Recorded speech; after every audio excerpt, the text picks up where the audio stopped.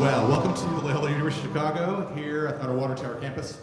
I'm Mike Murphy, and I've been so happily welcoming people all day long, and I haven't gotten tired of that because of the wonderful community. And so we've had a great day so far here on campus with graduate students in early career speaking about how important the Catholic imagination is in their lives, and then showing us in their work and in their thought and the reflection, their critical life, their creative life. And so we're going to carry on tonight with a formal welcome to the conference. And so, again, welcome. First conference was in USC in 2015, and then the second at Fordham in 2017. It was Dana Gioia and some others.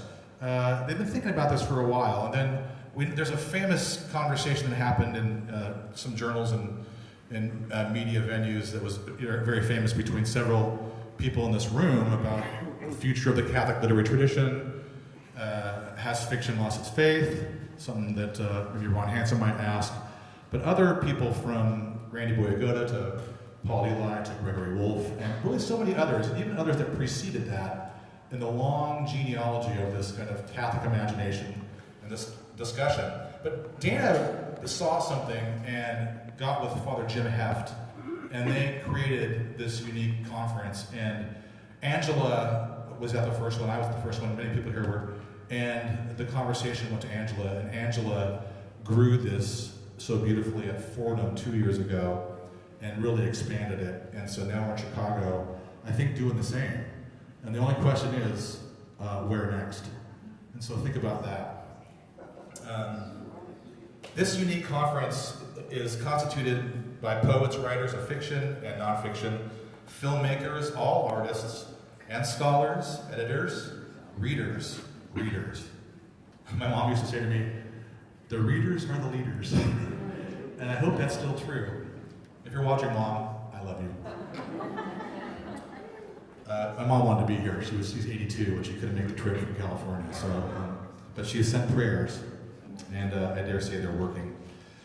All of us are devoted to contemplating and responding to the mystery, to God, in whom we live and move and have our being, our very being. If there is to be a future of the Catholic literary tradition, and all evidence points that there is a future for this tradition, there's a hunger for it, and there's so much talent. Speaking with Joe Hoover today, Joe says he hasn't seen as many good poems with theological, spiritual, religious themes, Catholic themes, in all his years in America. Mariani Miller will tell you the same at President's Journal, and I know others will tell you that as well. There is a future, but if there is a future, it must be fixed on mystery. As Christian Wyman writes in his recent book, He Held Radical Light. That's a good little book there. And he wrote, one either lives towards God or not, lives in the mystery or doesn't. It sounds so final, doesn't it? It doesn't sound very Catholic in some ways, with its either-or ultimatum. I leave it to others to pick this thread up in our many sessions that might have this as one of their topics. But mystery is the thing. Henri de Lubac, great theologian, helps us here, and he thinks about mystery as, as opposed to problem. Too many of us think mystery is a problem. Mystery is not a problem, mystery is mystery. A problem can be solved, right? A problem has a discursive element.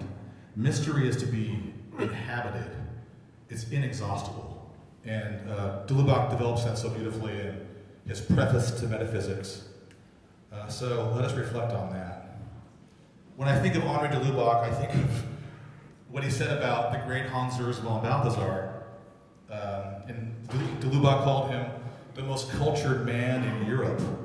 If you want a Catholic culture, here it is. Now, von Balthasar, as I write about him, there's this aristocratic thing with the von part. He's a little more raw than you might think. Kind of a campus minister doing theology from Basel, kind of always on the margins in a strange way, but doing such precious and constructive and original theology, almost punted out of the church by Pius XII, only to be welcomed back by John the 23rd as a Peritus at Vatican II. So why do I mention de Lubac and von Balthasar, or Balthasar? Well, I think if you want to think of the Catholic imagination, ecce homo, behold a man. Paul Mariani is the living embodiment of the Catholic imagination. His work, his vision, yeah. Thank you.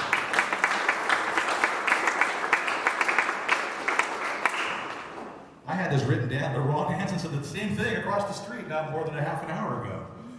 It's great. So, if you want a Catholic imagination, you want to see what it is, read Paul Mariani, almost in any register, his criticism, his biographies, his poetry. I read, I'll just say last week, your article on Lassallean education. And you're speaking about Brother Luke Psalm, your teacher. And you wanted what Luke had, right? And what did he have? Well, he had the Catholic imagination. He had a way of proceeding.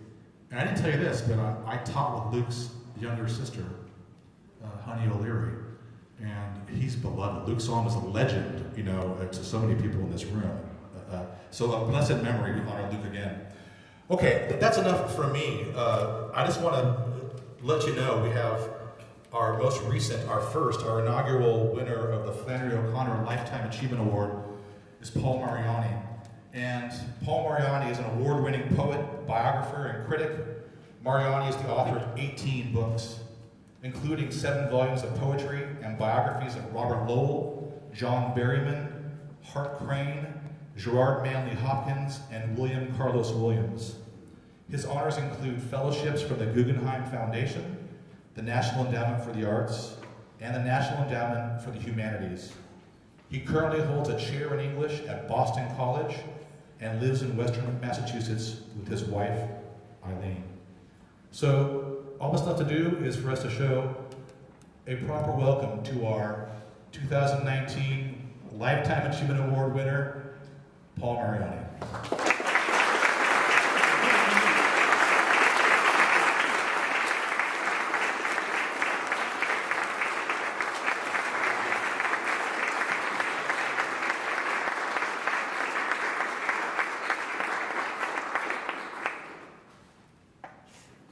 Thank you very much for that, Mike. What a delight, what an honor to be here tonight, really. 60 years now, and I still ask myself the question, where in God's name am I heading? Is it down some lonely road, Pache Frost with his ironies, less traveled by? And looking at the stunning achievements of so many speakers here, what have I made of a Catholic Christian sensibility in this seemingly post-Christian era, when even modernism, old foil that it has been all these years for me, sinks now into some twilight to be replaced by something else? And has the road I took made the difference? Oh, how we need to revive and revisit the Catholic literary imagination to inspire and cheer on the young. You see, there comes a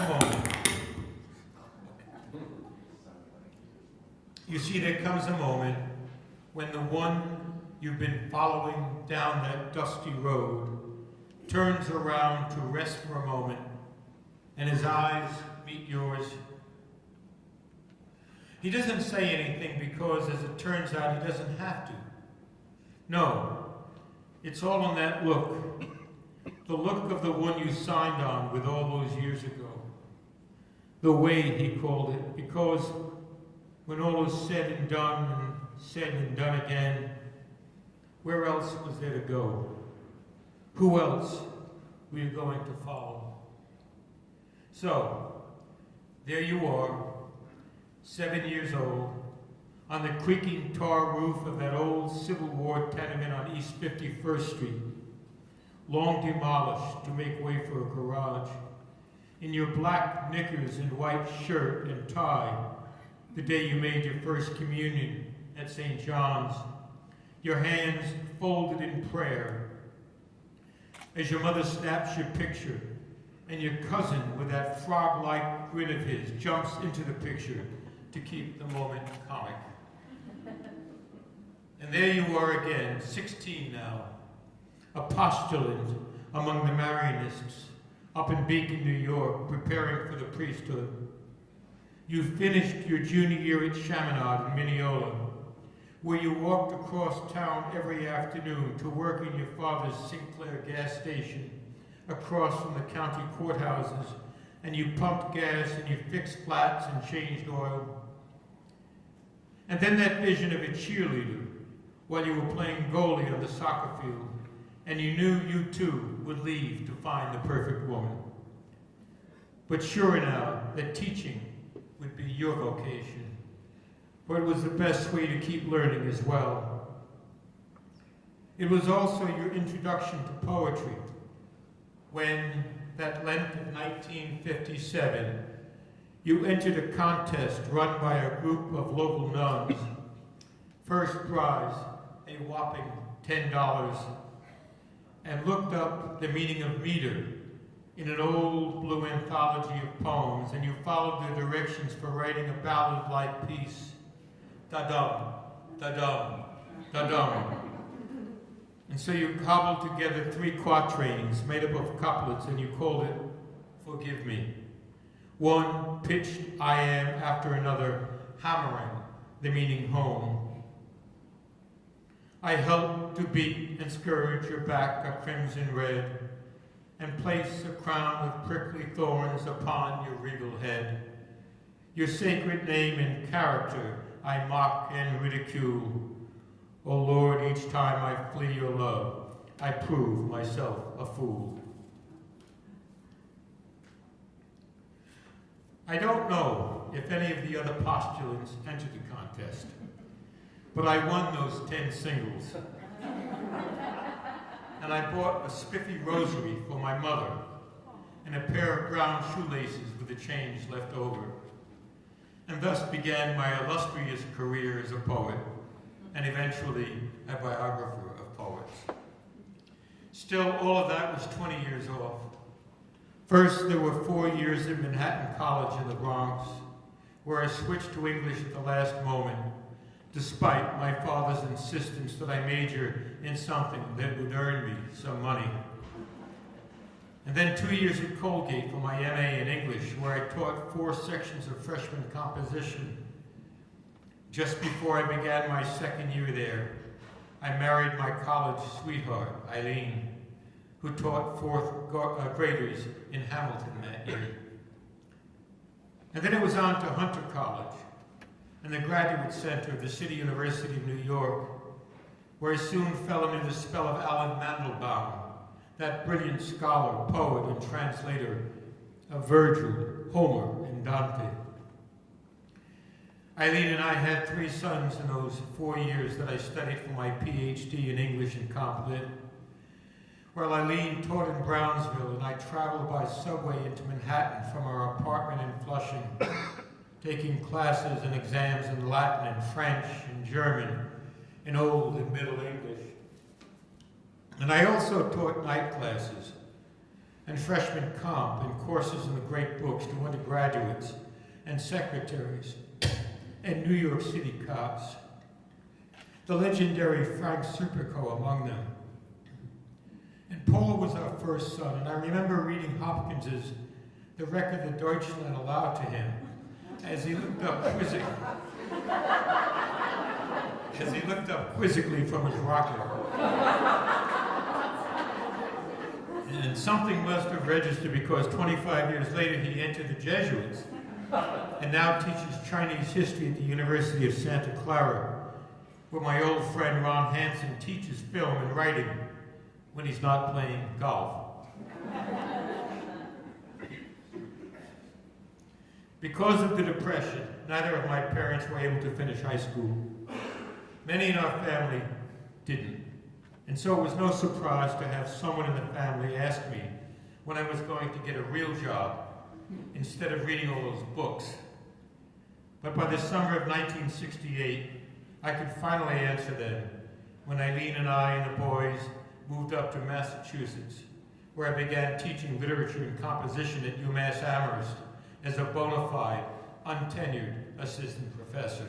A year and a half later, on the cusp of my 30th birthday, my commentary on the complete poems of Gerard Manley Hopkins, based on my dissertation, but revised and enlarged, was published by Cornell University Press. It was in my last year at Manhattan that I discovered the poetry of Gerard Manley Hopkins, and that changed everything for me. Here at last, after reading Yeats and Pound and Frost and so many others, was someone I could identify with, a Catholic thinker and poet, and a consolation that I was not alone. In time, of course, I would discover that there were other Catholic writers out there who were contributing to the available stock of sacramental reality. There was Flannery O'Connor, who died in 1964 of lupus at the age of 39, and whose A Good Man is Hard to Find I began teaching in 1963. And then Thomas Merton, whose Asian Journals and other books I read in the early 70s, a few years after his death by accidental electrocution. Later came Dorothy Day's essays and letters, and still later Walker Percy. Early on, there had been T.S. Eliot's Prufrock in the Wasteland and Ash Wednesday in the Four Quartets, as well as seminal essays on tradition and the individual talent and his work on the metaphysical poets. And here's the thing, that despite my father's warnings against such a folly, I wanted even then to be a poet. But that would take time. First, I would have to become a scholar and a critic, and then a biographer of poets. But who to begin with? Though I'd majored in Victorian literature, it was the modernist poets I was given to teach at UMass. And so I began reading Dickinson and Whitman, and then Hardy and Yeats and Frost, and then Pound's early poems, and Hugh Selwyn Mobley and the Cantos, and of course Eliot.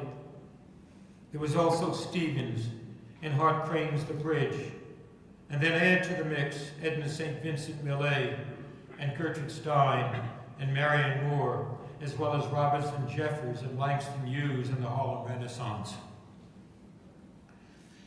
But it was William Carlos Williams, that poet and baby doctor from Rutherford, New Jersey, who caught and held my attention. Back when I was writing my dissertation on Hopkins, I spotted a paperback in a bookstore near Queens College. Here was a book-length poem, epic size really, and it was called Patterson. And I was caught up short.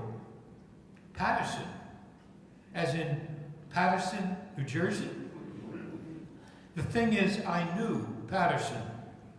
My mother had been born and raised in Clifton, just south of the city, and we still had relatives living in Patterson.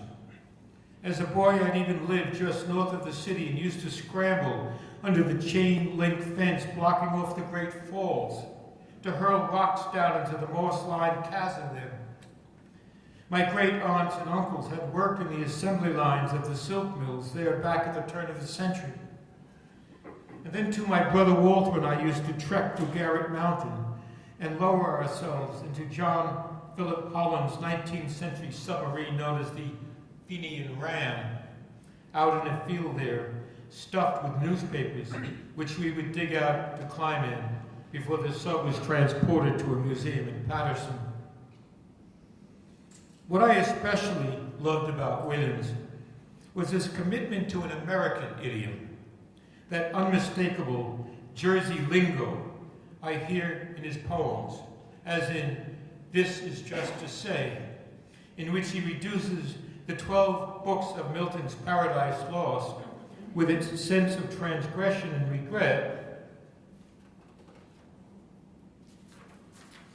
to, or at least half regret, to 12 short lines, with the title making up a 13th. Here's the whole poem. This is just to say, I have eaten the plums, that were in the icebox, and which you were probably saving for breakfast. Forgive me. They were delicious. So sweet and so cold. I needed Williams because he wrote in a language, in a form, in a syntax, which spoke in an idiom I needed to master if I was going to write in my own voice. Words from the mouths of Polish mothers, as Williams said. The language of working-class Italian Americans and Swedish Americans and Polish Americans.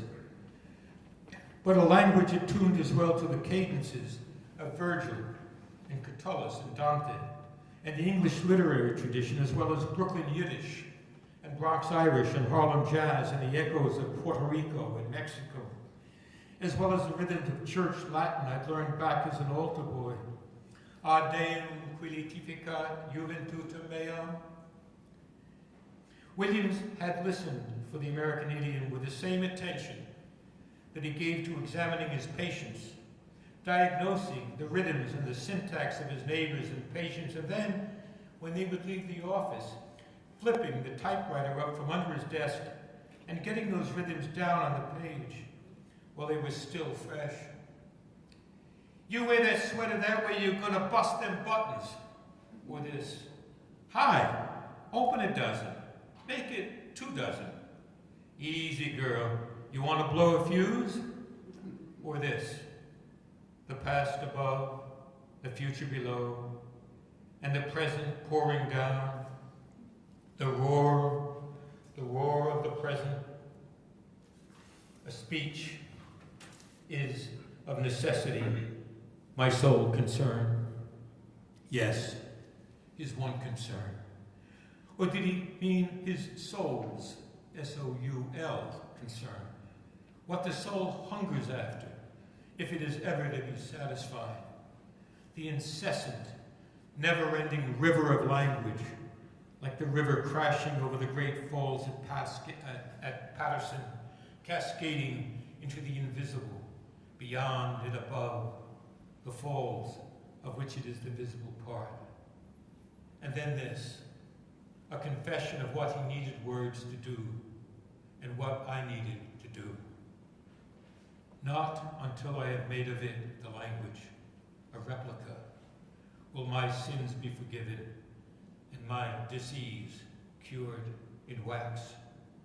La Capella di San Rocco, on the sandstone crest above the old copper mines, where we used to see the images of arms and knees hung on nails.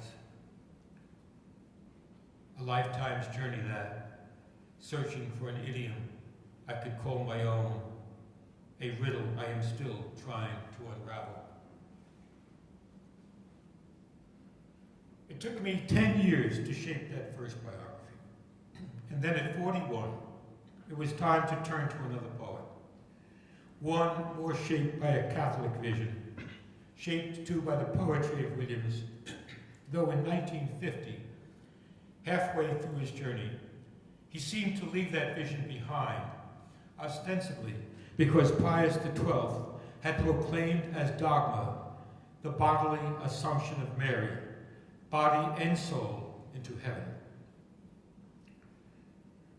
For the Boston-bred Robert Lowell, that proclamation struck him as too much in the line of Caesar and Mussolini. The lights of science couldn't hold a candle to Mary risen, he wrote in Beyond the Elms. Mary, at one miraculous stroke, angel-winged, gorgeous as a jungle bird. Minerva morphed into Mary. But Lowell needed a world view closer to Homer and Paris, a world where Etruscan and Trojan, those killer kings, contended with each other as in the Aeneid. That was a world he could understand. History, seen through the lens of Thucydides and Pliny and Livy and Edward Gibbon. But it was Lowell, the Catholic CO, who had captivated me and whose Quaker graveyard in Nantucket I read and reread. Thinking he was still a Catholic poet, I wanted to find Lowell. So in late October of '64, while I was teaching at Hunter, I heard that Lowell was introducing Randall Jarrell at the Guggenheim. But by the time I got there, Lowell was sitting glassy-eyed over to one side, speaking to no one. Eventually, Lowell was off to England, married now to the heiress of the Guinness fortune, with Hopkins's vision replaced by Baudelaire. And yet, in Home, written while he was undergoing treatment in London for a mental breakdown, Lowell, now 58, and a year before his death, wrote these poignant lines. The immovable chairs have swallowed up the patience and speak with the eloquence of emptiness.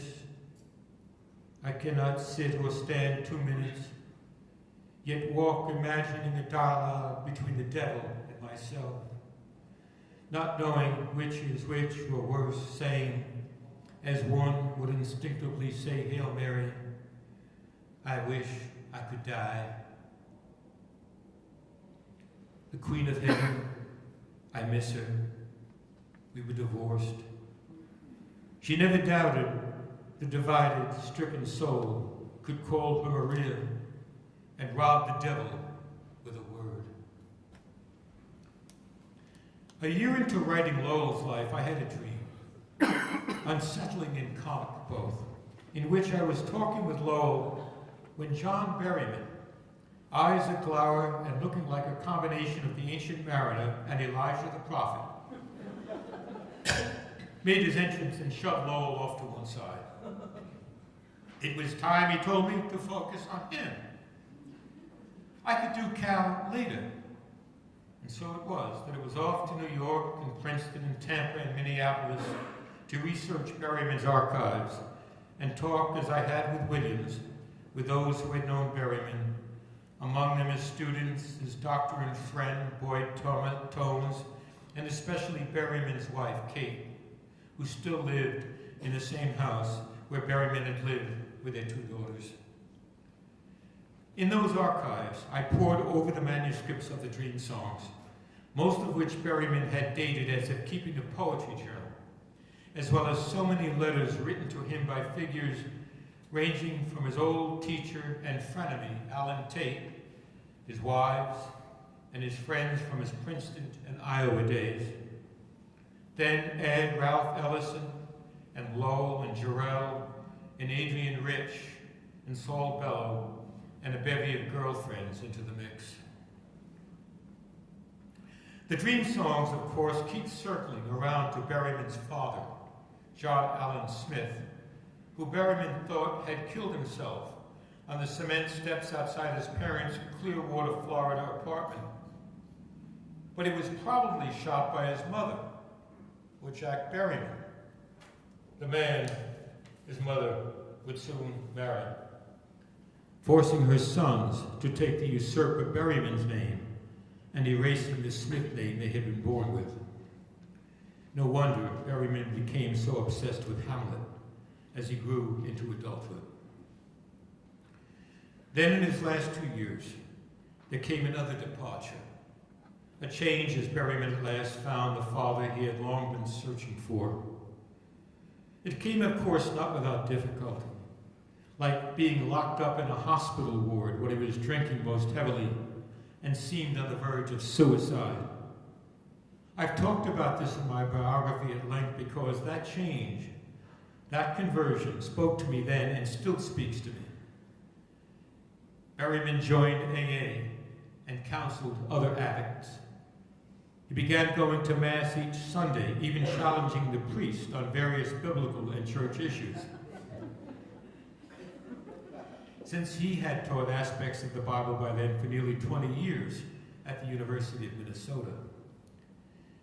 He also wrote a sequence of poems he called 11 Addresses to the Lord, which brilliantly, abruptly upturned the book he was working on at the time, A post-Dream Songs volume he called with a nod to Keats, Love and Fame. Oh, he was growing famous, no question of it. He and his pal, Saul Bellow, even as his own life was unraveling. I fell back in love with you, Father, for 2 reasons, he confessed now. You were good to me and a delicious author, rational and passionate. Come on me again, as twice you came to Azarias and Misael. President of the Brethren, our mild assemblies inspire, and bother the priests not to be dull. Keep us week-long in order. Love my children, my mother far and ill, far brother, my spouse. Oil all my turbulence, as at thy dictation I sweat out my wayward works. Father Hopkins said, the only true literary critic is Christ. Let me lie down exhausted, content with that. Twice in 11 lines he invokes his new fathers, his Father in heaven, and the poet who had for years now served as an inspiration for him, as for me, Father Hopkins. And then, in the winter of '72, he began drinking again and realized the struggle for him was over. And he walked out onto the bridge that crosses the Mississippi River on the campus of the University of Minnesota that January as classes began again. This time, all he could do was wave as the students crossed the bridge on their way to classes before jumping to his death.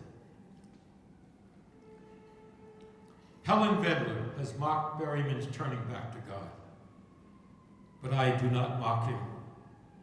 I have known many alcoholics and recovering alcoholics in my time, and I know something of the pain and loneliness and frustration that goes with recovery from an addiction.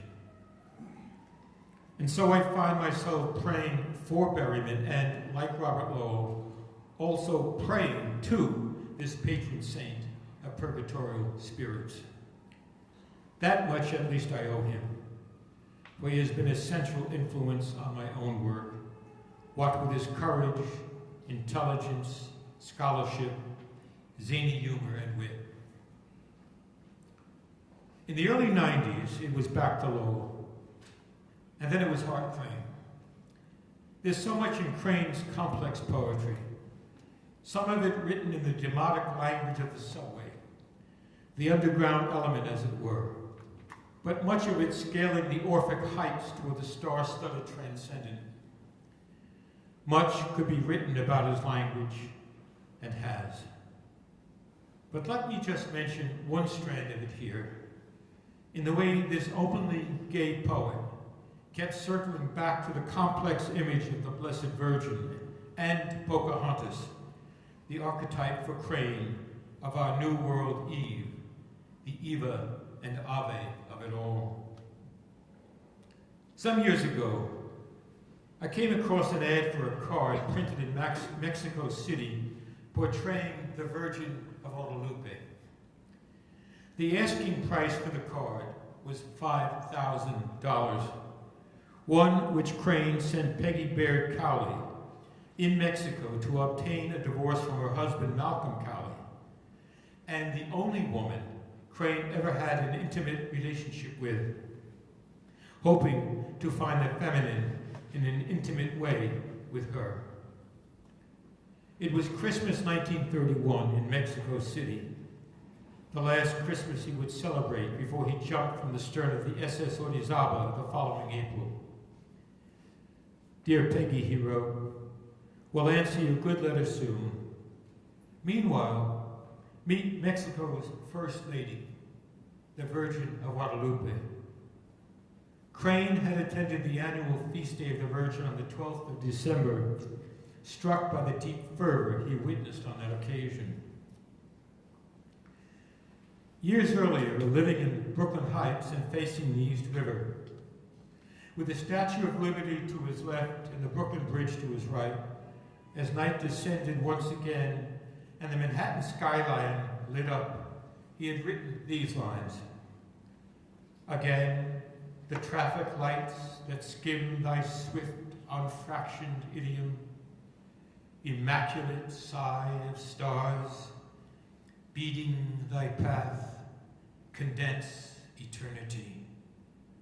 And we have seen night lifted in thine arms. And there it is, the traffic lights arcing across the Brooklyn Bridge like some condensed constellation of the stars, beating their path. Indian beads, yes, but rosary beads as well, sensing the unfractioned idiom of the word, the immaculate sigh of the stars, reflecting for him the mystery of the Immaculate Conception. And then these words by way of conclusion to the epic symphonic overture, the alpha and omega of some infinite curveship. Oh, sleepless as the river under thee, vaulting the sea, the prairie's dreaming sod, unto us lowliest sometimes sweep, descend, and of the curveship lend a myth to God. The pathos of this son of Walt Whitman, another dreaming sod, who had crossed the river that is east so many times by ferry, singing the great American dream.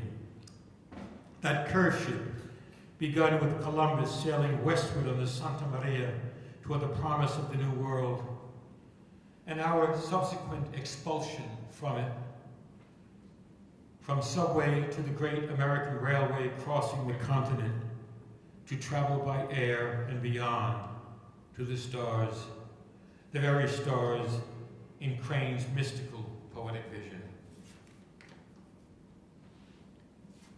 And then it was on to Hopkins, the poet I've circled back to again and again, as did Auden and Dylan Thomas and Flannery O'Connor and Thomas Merton and Berryman and Elizabeth Bishop and Lowell and so many others. So much to choose from there, whether it be God's grandeur or pied beauty, or the lightning flash of the windhover, the sheer magnificence of Christ reflected in the world around us. And here's the poem.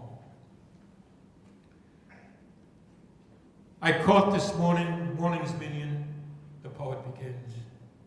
Kingdom of daylight's dauphin, dappled dawn, drawn, falcon in his riding with the rolling level underneath him, steady air. And striding high there, how he rung upon the rein of a wimpling wing in his ecstasy. Then off, forth on swing, as a skate's heel sweeps smooth on a bow bend. The hurl and gliding rebuffed the big wind. My heart in hiding stirred for a bird, the achiever, the mastery of the thing. Brute beauty and valor enact, O air, pride, plume, here buckle, and the fire that breaks from thee then, a billion times told lovelier, more dangerous, O my chevalier. No wonder of it, sheer plod makes plow down Scythian shine, and blue bleak embers are, my dear, fall, gold themselves, and gash gold forbidden. And then there's the dark night of the soul in those poems Hopkins wrote just 8 years later in Dublin, when God seemed to have abandoned him.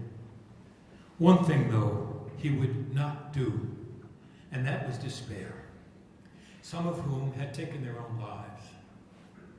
Not, he wrote, I'll not carry in comfort despair, not feast on thee, not untwist, slack they may be, these last strands of man in me, or most weary cry, I can no more. I can something, hope, wish day come, not choose not to be. But oh thou terrible, why wouldst thou root on me thy ring whirled right foot rock? Lay a lion limb against me, scan with darksome devouring eyes my bruised bones, and fan, oh, in turns of tempest me heap there, me frantic to avoid thee and flee. Why? That my chaff might fly, my grain lie sheer and clear. Nay, in all that toil, that coil, since seems I kiss the rod, hand rather, my heart low, lacked strength, stole joy, would laugh, cheer. Cheer whom though? The hero whose heaven handling flung me, foot trod me, or me that fought him? Oh, which one? Is it each one? That night, that year of now done darkness, I, wretch, lay wrestling with. My God! My God. And finally, it was on to that mystery man, Wallace Stevens. Stevens, the Omega to Williams' Alpha. Ulysses finally navigating his craft into the waters of a vision in sync with the Catholic imagination. If you ask most people who know Stevens' poetry, they will most likely mention something from his first volume, Harmonium, published in 1923 when he was 44, having waited until then because, as he told Williams, publishing a book of poems was a damned serious affair. One thinks of Sunday Morning, or The Snowman, or The Emperor of Ice Cream, or Bantams in Pine Woods, or 13 Ways of Looking at a Blackbird, whose haiku-like lines are etched in stone, beginning at the Hartford Insurance Company at 690 Asylum Avenue, where he worked for the last 40 years of his life, and ending near his home on Waverly Terrace, 2¼ miles to the west, a path he walked day after day to and from his office, composing his poems to iambic rhythms. For nearly 10 years after, he wrote almost nothing, having painted himself into a corner from which he saw no escape. And then in his early 50s, he began again, with such poems as A Fish-Scale Sunrise, a postcard from the volcano, and especially the idea of order at Key West, where the poet, singing beyond the genius of the sea, reminds us that the sky itself becomes acutest at its vanishing. For it is the poet, the singer, who measures and acutest measures each passing hour's solitude. The woman, think too of the woman in Sunday Morning, who is the single artificer of the world in which she sang. And when she sang, the sea, whatever self it had, became the self that was her song, for she was the maker. Then we, as we beheld her striding there alone, knew that there never was a world for her except the one she sang and singing made. These are extraordinary poems, but the world they evoke was not enough for Stevens. He tried writing political poems, imagining the angry mobs outside his window during the Depression, or people living in shacks just down the road from his comfortable home in The Man in the Dump. By then, with the period of high modernism behind him now, he had become preoccupied with how the poet should speak more directly to his readers. What should he say, and how should he say it, this Harvard-educated poet playing Mozart on the piano with the disenfranchised surrounding his home? If they throw stones upon the roof while you practice arpeggios, it is because they carry down the stairs a body in rags. Be seated at the piano. The snow is falling. Strike the piercing chord. Be thou the voice, not you. Be thou the voice of angry fear, the voice of this besieging pain. Stevens went on to reevaluate his stances on everything from politics to race relations, but especially what he called the abstract, the philosophical questions. In this, he followed his mentor at Harvard, George Santayana, who had long ago left the United States for Oxford and Rome. In October of 1941, unable to leave Italy because of the war, the aging Santayana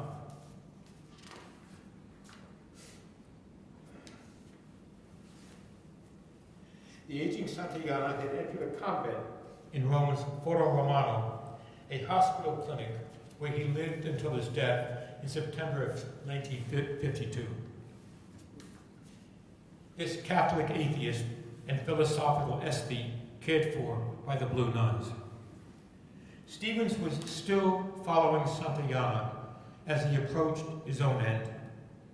In 1952, now in his 70s, he imagined his mentor lay dying. To an old philosopher in Rome is a stunning elegy as much about himself as it is about Santayana, which should come as no surprise. And if Santayana had moved on from his earlier humanistic phase to his later ontological phase, so had Stevens. Here is how the poem ends, as only Stevens could sing, in a language any Catholic poet would be proud to emulate.